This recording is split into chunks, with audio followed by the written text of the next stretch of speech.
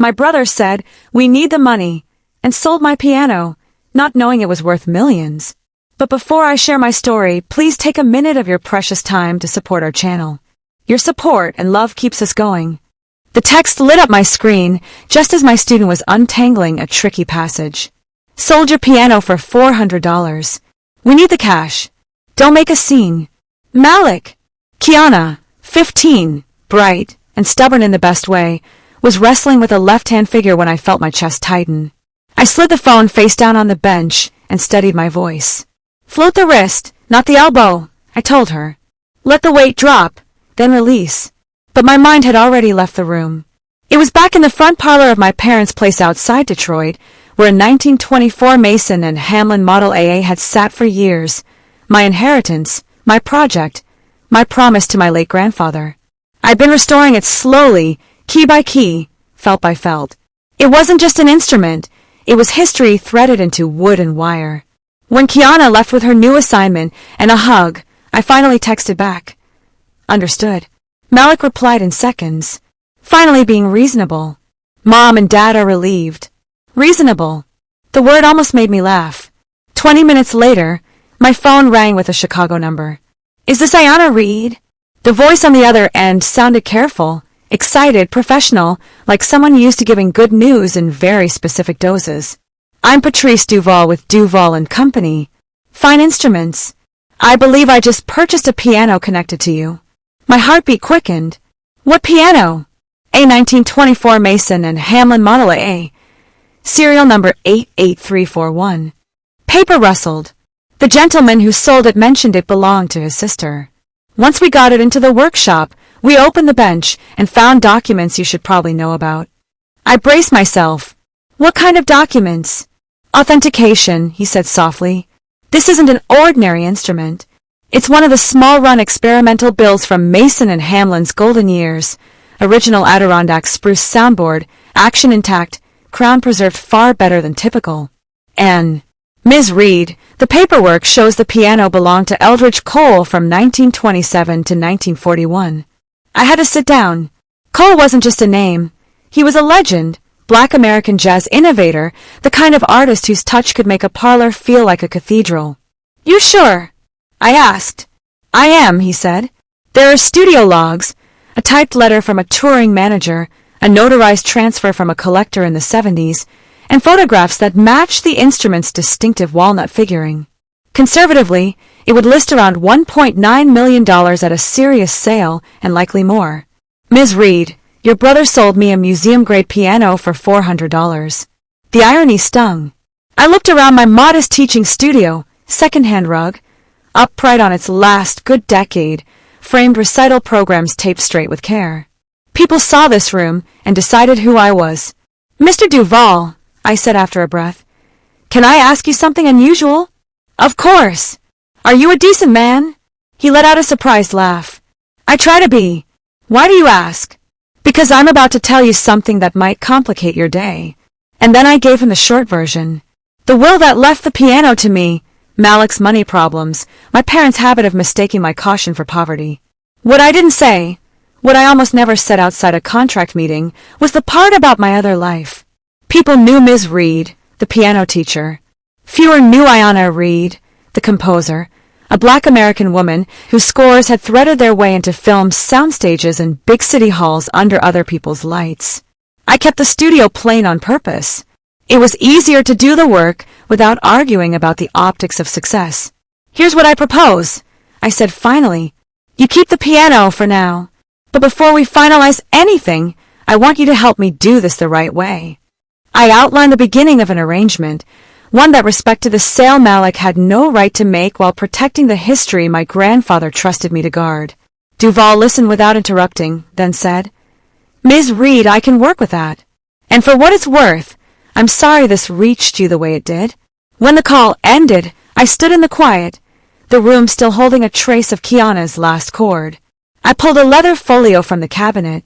If I was going to face my family, I would go with facts, not fury, proof of ownership, maintenance invoices, insurance records, and, most importantly, a path forward that honored the music and the people who made it possible. I locked up the studio and headed for my car. It was time to tell the truth, on my terms. My parents' porch light flicked on before I reached the steps.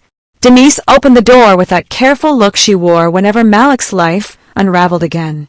Harold sat in his favorite chair, the evening news muted, his glasses low on his nose. Malik lounged across the sofa like the crisis had already passed. "Ayana," my father said, not looking up right away. "Your brother was short on rent. We did what we had to do." "I know," I said evenly. "May I come in?" The space where the Mason and Hamlin had once stood was taken over by a folding table loaded with Malik's invoices, contracts, and a blue shoebox of unopened mail. I set my letter folio on the coffee table and sat across from them. "It was just sitting here," Malik said, defensive turning to smug in a heartbeat. "Nobody played it. The tuner alone costs a fortune. I got a buyer within an hour. Problem solved." "Who bought it?" I asked. "Some instrument guy from the city. Knew his stuff. Said it needed work. Name was Duval. Patrice Duval." I slid the first document across the table, Duval and Company. Fine instruments, the letterhead, the business card, a clipped profile. "He's who orchestras call when they need a century-old instrument authenticated," I said. "Studios, too." He phoned me after he opened the bench. Harold finally met my eyes. "Why would he call you?" "Because he found the provenance that should have been with the piano." I handed Malik the plastic sleeve of papers, a carbon copy letter, faded studio logs, a notarized transfer. That instrument belonged to Eldridge Cole for 14 years. There are only a handful of these experimental builds left, and this is the only one with his documented touch. Malik's face shifted, confusion, then disbelief, then the first clean flash of fear. "You're saying that old thing is famous?" "I'm saying you sold a museum-grade instrument for $400. My mother sank onto the edge of the armchair. "What would something like that be worth?" I passed my father the appraisal Duval prepared that afternoon. He read it twice, lips moving, until his breath snagged. $1.9 million. "That's the conservative estimate," I said. "Add Cole's ownership and its condition, and it could clear higher." Malik let out a dry laugh that sounded like it hurt. "I only got 400 because you sold something you didn't own." I finished, gentle but immovable. I slid a copy of Grandad Isaiah's will across the table, highlighted where he'd left the piano to me by name. "It was parked here while I traveled. I asked you to house it. I paid for the climate control, the insurance, the maintenance. You had no right to move it, much less sell it." "But it's been in our living room for years," my mother said, voice tight. "Because I trusted you," I answered. "Because I thought family meant my things were safe here." Silence laid itself over the room, heavy as winter.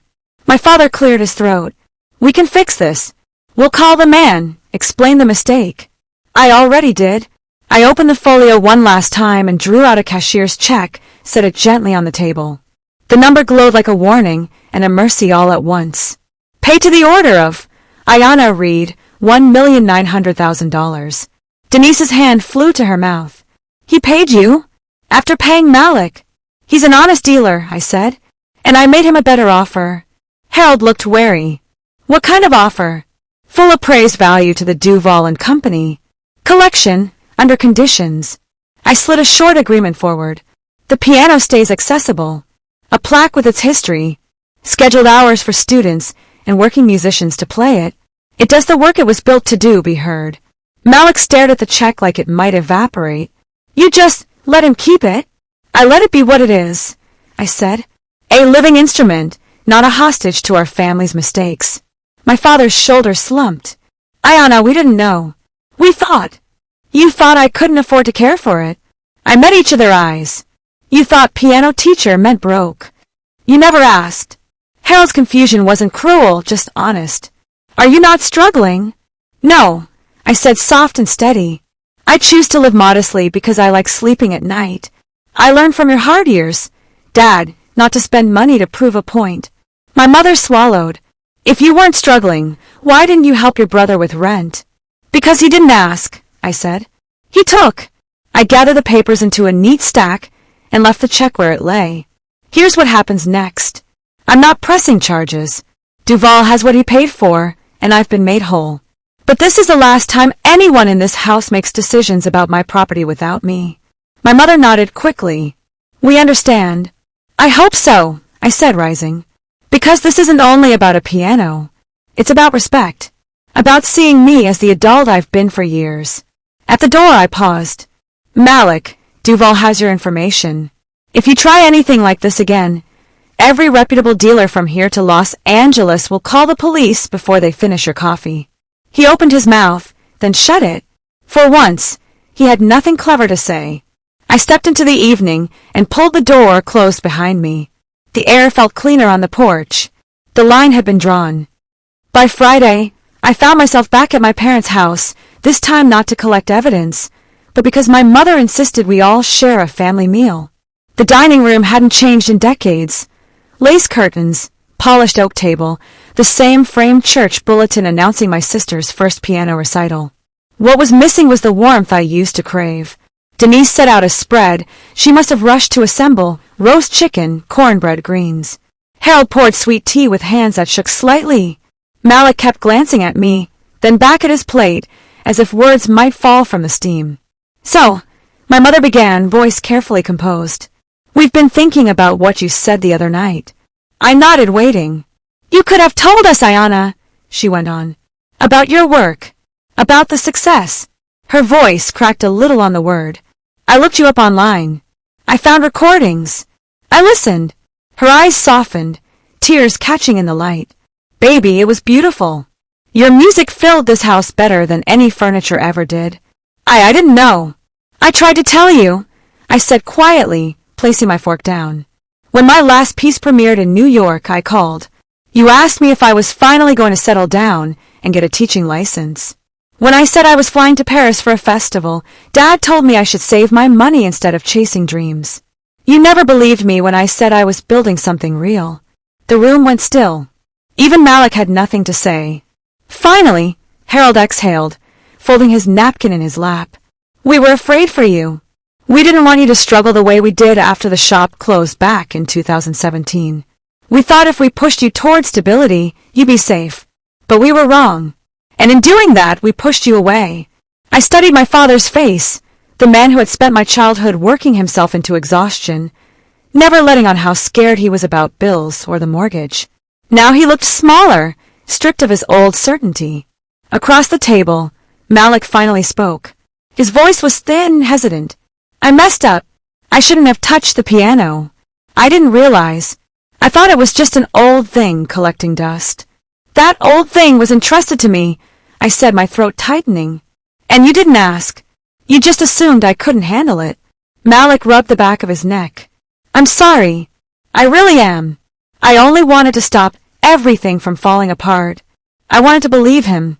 I wanted to believe that this moment, this awkward dinner with too much food and too many unspoken regrets, could be the beginning of something better. I reached for my glass of water. I'm not here to fight, but I need you both to understand. If you want me in your lives, it has to be different now. Denise dabbed at her eyes with her napkin. Different how? I met her gaze steadily. Start by seeing me for who I am, not who you thought I should be. The clink of forks against china was the only sound for a long stretch. No one seemed to know what to say next. I let them sit in that silence, the weight of it pressing down harder than any lecture I could give. Finally, Malik pushed his plate away. So what happens now? His voice was hoarse, the swagger long gone. I reached into my bag and laid another document on the table, sliding it toward him. That's the agreement I made with Duval and Company. I sold him the piano for its appraised value, $1.9 million. On one condition, it stays on display in his gallery, open for young musicians to play. It won't be locked away in some billionaire's penthouse. Grandpa wanted it to be played, not hoarded. Denise blinked at me, her hand frozen on her teacup. So he paid you? I nodded. Every cent. This check is in my name. Harold leaned forward to see the bold black number, $1,900,000. He sucked in a breath like the paper had burned his fingers. Malik stared at it as though it might vanish if he looked too closely. You're telling me I sold it for $400, and you got almost $2 million. You lost that money, I said, calm but cutting, because you tried to sell something that wasn't yours. His face flushed crimson. I didn't know. You didn't care to know, I corrected. You assumed because I teach music, I couldn't possibly own anything valuable. You never thought to ask me. My father closed the newspaper fully now, his jaw tight. Ayana, that piano. Your grandfather didn't. He did, I interrupted, flipping open the will again, the section with my name highlighted. He gave it to me. You all just didn't want to believe it. My mother covered her face with her hands. We thought we were helping Malik. We didn't mean to hurt you. I believe you, I said, but intention doesn't erase what happened. I've already been paid back. I'm not pressing charges, but understand this, there are consequences. If anyone tries to take from me again, it won't end quietly. I let that hang in the air. Their silence was louder than any shouting match we'd ever had. For the first time in years, I felt them truly listening. 3 days later, my phone rang again. This time it was Denise. Her voice was softer than I'd ever heard it. Ayana, I stayed up half the night listening to your music. I found a recording of your third suite with the Harlem City Orchestra. Baby, it brought me to tears. I can't believe I didn't see you. I can't believe I didn't listen. I sat by the window of my loft in Brooklyn, the skyline glowing in the distance. My new score was spread across the table, pages of notes and rhythms that would soon come alive at a festival in London. Thank you for listening, Mama, I said. I even read that article in the Atlantic Review. They called you one of the most important composers of your generation. She sniffled softly. We should have celebrated you years ago. I'm sorry. A week after that, Malik called. His tone was different, humble, almost boyish. Yana, he said, I can't take all that money. I know I messed up, but keeping nearly $2 million I don't deserve. I couldn't live with it. I was quiet for a long moment. So what do you want? Just enough to get steady again, he said. I've been thinking about going back to school. Audio engineering. I've been listening to your compositions, and I want to be part of that world, even if it's behind the board instead of at the keys. For the first time, I heard something in his voice that wasn't arrogance. It was hope. 2 months later, Malik was enrolled at Detroit Arts Conservatory, studying sound design. My father, once so quick to dismiss my career, had become my loudest supporter, cornering strangers at the grocery store to brag about his daughter the composer. My mother, who used to sigh at the sight of me with sheet music, now texted me photos from every performance she attended in Atlanta or New Orleans, her captions full of pride. By the time my Fourth Symphony debuted in London, my family filled the front row. Malik sat in the sound booth, headphones on, helping capture the performance. When the final note rang out, Denise was crying openly. Harold gripped my shoulder and whispered, I should have told you long ago I'm proud of you. Not because of the money, because you made something beautiful, something that lasts. A year later, the Ayana Reid Foundation for Black Composers opened its doors. Funded partly by the sale of my grandfather's piano, it offered scholarships and mentorship to kids from working-class families, kids who had melodies in their bones but no way to afford lessons or instruments. Every season, I made a point of returning to Duval's Gallery in Chicago, where the Mason and Hamlin now stood behind glass, polished until it gleamed like amber. On certain afternoons, they let me sit at its keys. The sound filled the room, rich and patient, the same way it used to when I was a little girl sneaking down the stairs after everyone else had gone to bed. As the final notes lingered in the air, I touched the engraved plaque beneath the piano's lid. The Cole, Mason and Hamlin, on permanent loan from the Ayana Reid Foundation, for every dreamer told their gift was not enough. And for the first time in a long while, I knew I was exactly where I was meant to be.